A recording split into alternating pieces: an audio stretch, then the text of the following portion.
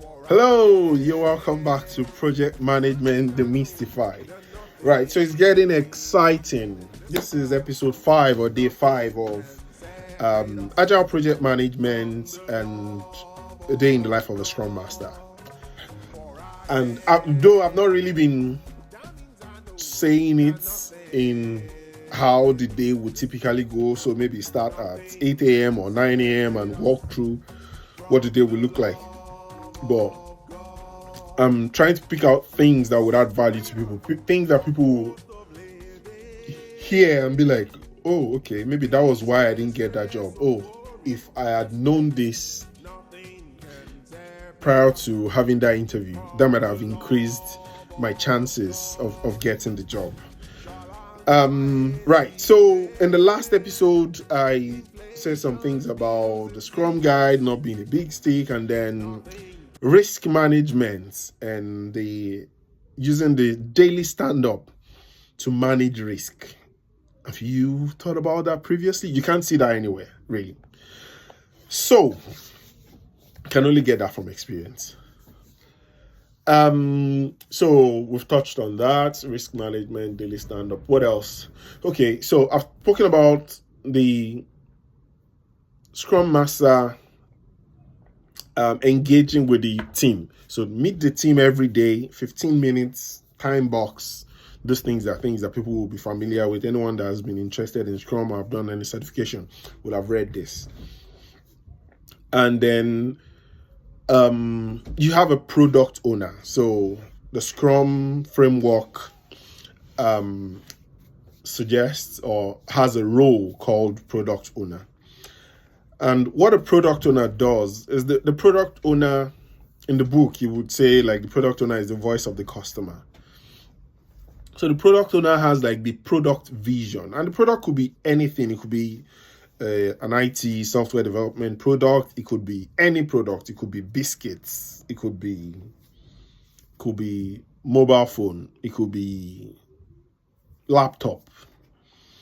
It could be software, so antivirus. And I'm just calling random things here, so anything could be a product. If you have a mobile app, for instance, something like what can I use? Apple Pay. So in Apple Inc., so the company that does Apple Pay itself, just Apple Pay could have its own product. Could have even more than one product owner. So you could have a product owner for transactions. You could have a product owner for provisioning of Apple Pay. So that is getting Apple Pay on your device. So a product owner is a product owner, but depending on the organization, a product owner could be looking after very massive product, or you could be looking after a small product. Just as one of the examples I gave, a product owner could be a product owner for biscuits, for chocolates.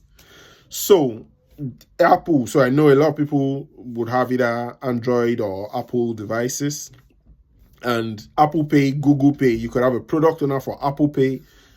For Google, for Android, you could have a product owner for Google Pay. You could have a product owner for transactions. So a product owner has the product vision. So the product owner will have a roadmap of what they want to achieve in maybe 3 months or in 6 months. So the Scrum Master should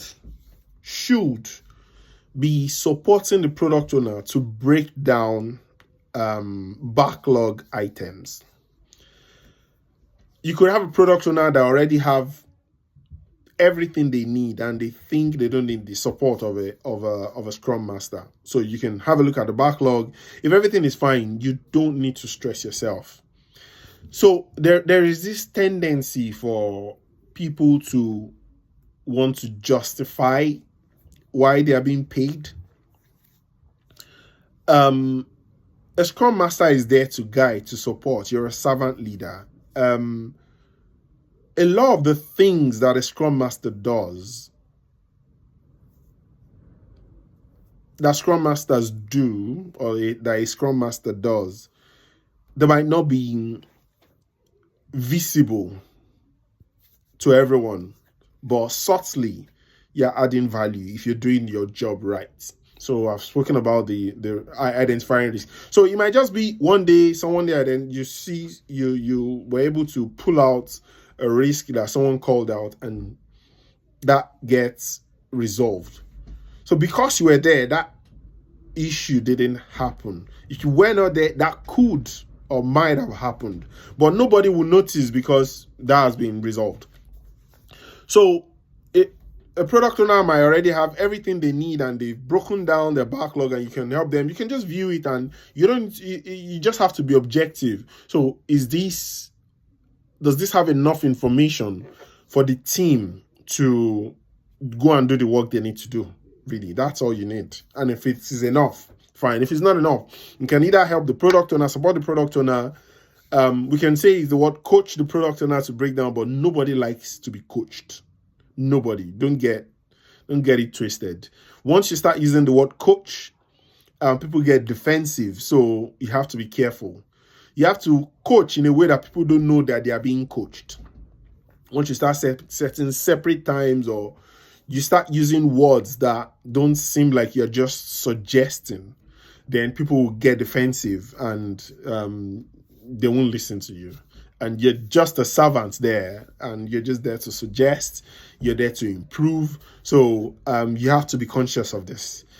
Maybe I'll just leave you there for now, and I'll see you on the other side. Cheers. Bye-bye.